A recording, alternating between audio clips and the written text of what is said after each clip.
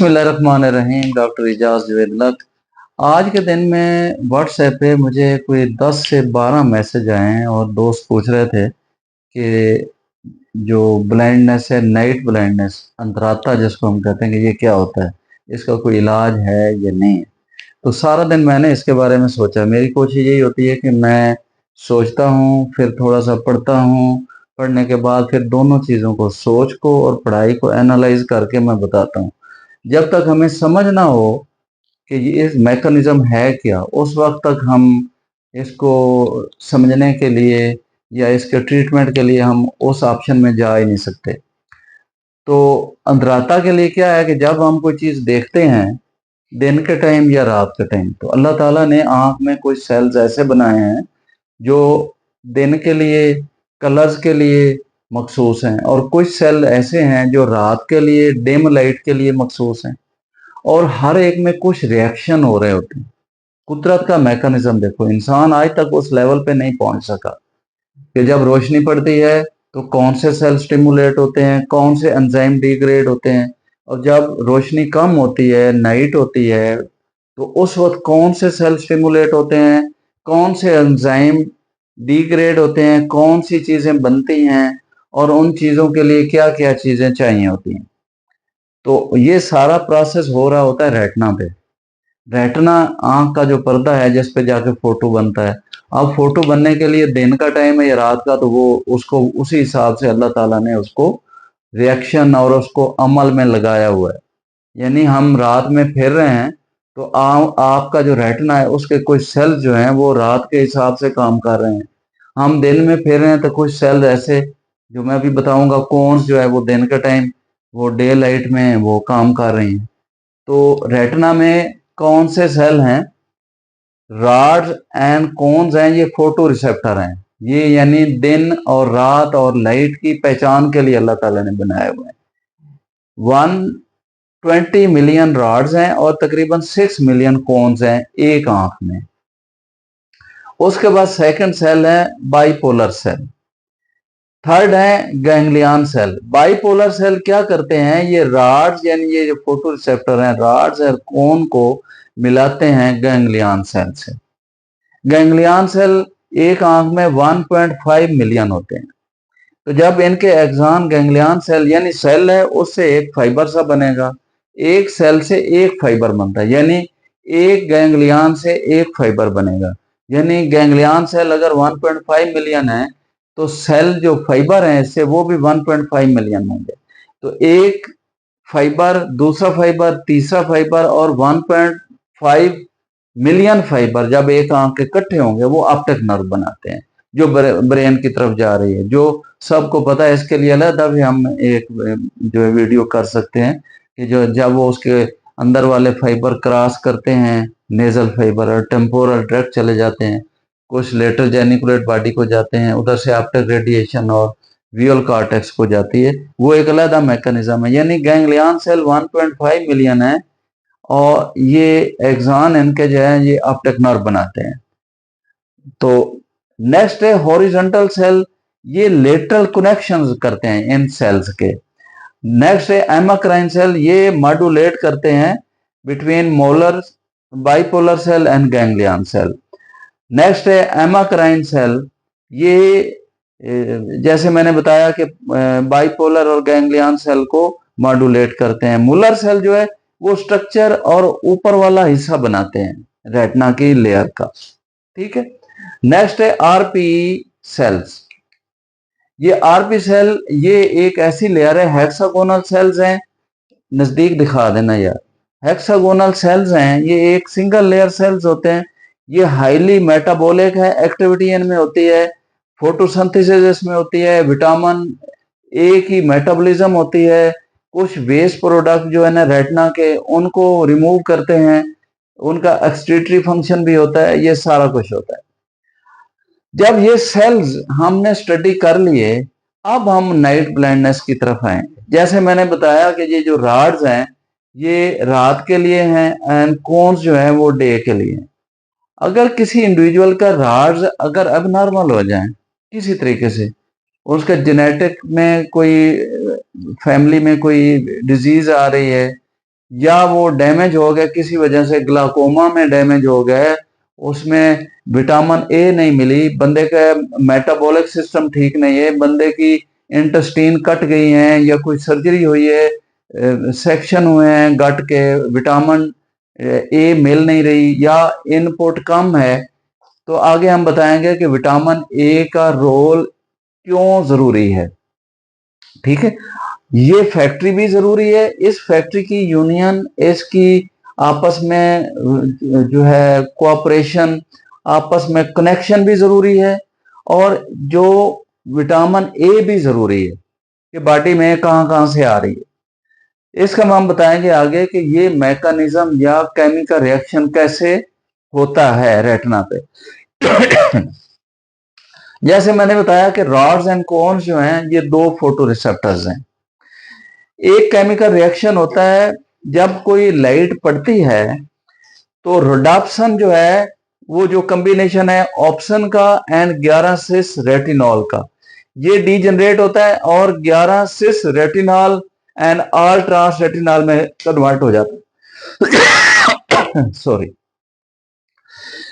11 all trans retinol bipolar cell इसको भेजते हैं आरपी रेटिनल, ये सेल जो मैंने बताया था कि मेटाबॉलिक एक्टिव है, इनकी तरफ भेजते हैं। फिर ये ऑल ट्रांस रेटिनॉल को 11 से रेटिनॉल और ऑप्शन से मिला के रोडाप्सन बना देता है, यानी रोडाप्सन जो फोटोन से डिग्रेड हुई थी और उसमें डिग्रेडेशन के बाद दोबारा सिंथेसाइज हुई है, तो ये सारे प्रोसेस में क्या होता है, हाइपर पोलराइजेशन होती है, ग्लूटामेट रिलीज कम हो जाता है, जैसे ये डिग्रेडेशन हो रही होती है, फिर रिडक्शन डिग्रेड होता है, फिर रीसिंथेसाइज होता है। तो ये आप समझे कि अल्लाह ने ये जो फैक्ट्री बनाई है अंदर, कि कहां ये रिडक्शन डीसिंथेसाइज हो रहा है, कहां सिंथेसाइज हो रहा है, कहां बाइपोलर सिग्नल ले जा रहे हैं बाइपोलर सेल आरपीई को, और कहां आरपीई विटामिन ए को लेता है, उसमें मेटाबॉलिक एक्टिविटी करके 11 से रेटिनॉल और ऑप्शन को मिला के दोबारा रिडक्शन बना देता है। अब कुछ डिजीजेज ऐसी हैं कि जिनमें ये आरपी, ये जो मैंने सेल बताए थे, ये जो हेक्सागोनल सेल है, एक बकायदा आखिरी लेयर है, ये ब्लड रेटिनल बैरियर बनाते हैं, तो जो रेटिना की चीजें अंदर जा रही हैं ये बाहर आ जाए उसको रेगुलेट करते हैं। अगर ये डैमेज हो जाए, जैसे एज रिलेटेड मैकुलर डिजनरेशन में ये डैमेज हो जाते हैं, जब ये डैमेज हो जाते हैं तो फिर वो ट्रांसमिशन और सारा प्रोसेस नहीं हो सकता, हम कहते हैं कि पेशेंट को एएमडी हो गई है। आरपी की 65 म्यूटेशन होती है लेबर कंजेनिटल एमरोसिस में और रेटिनाइटिस पिगमेंटोसा में। तो अब वो उस बंदे के सवाल का जवाब आ रहा है कि जो नाइट ब्लाइंडनेस क्यों हुई।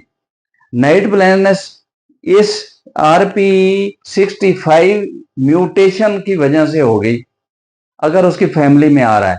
अब ये म्यूटेशन ऑटोसोमल डोमिनेंट भी हो सकती है, रिसेसिव भी हो सकती है, सारे बच्चों को हो सकती है, किसी एक को हो सकती है, ये उसका मैकेनिज्म एक्स लिंक, स्पोरेडिक, कोई भी किसी मैकेनिज्म से ये ट्रांसमिट हो सकती है।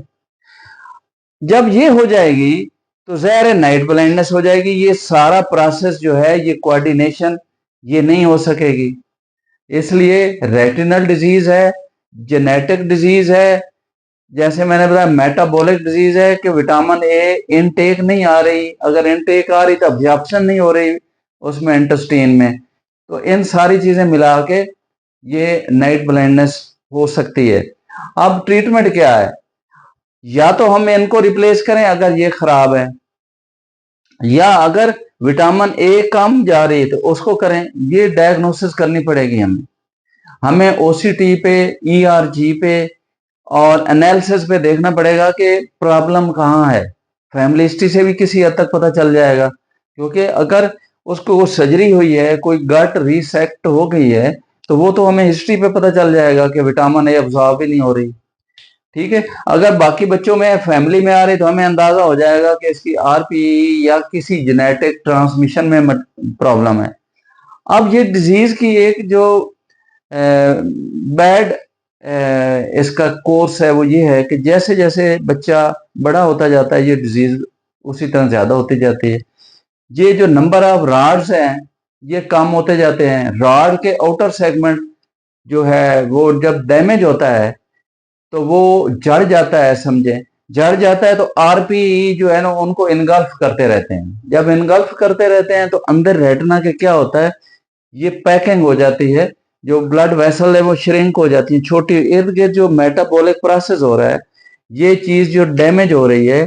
और ये डैमेज मटेरियल जो जैसे मैंने कहा था आरपी सेल जो है ना एक्सक्रीशन मेटाबॉलिज्म में काम करते हैं, तो वो उसका आउटर सेगमेंट को डाइजेस्ट करके एक नई फॉर्म में ले आते हैं।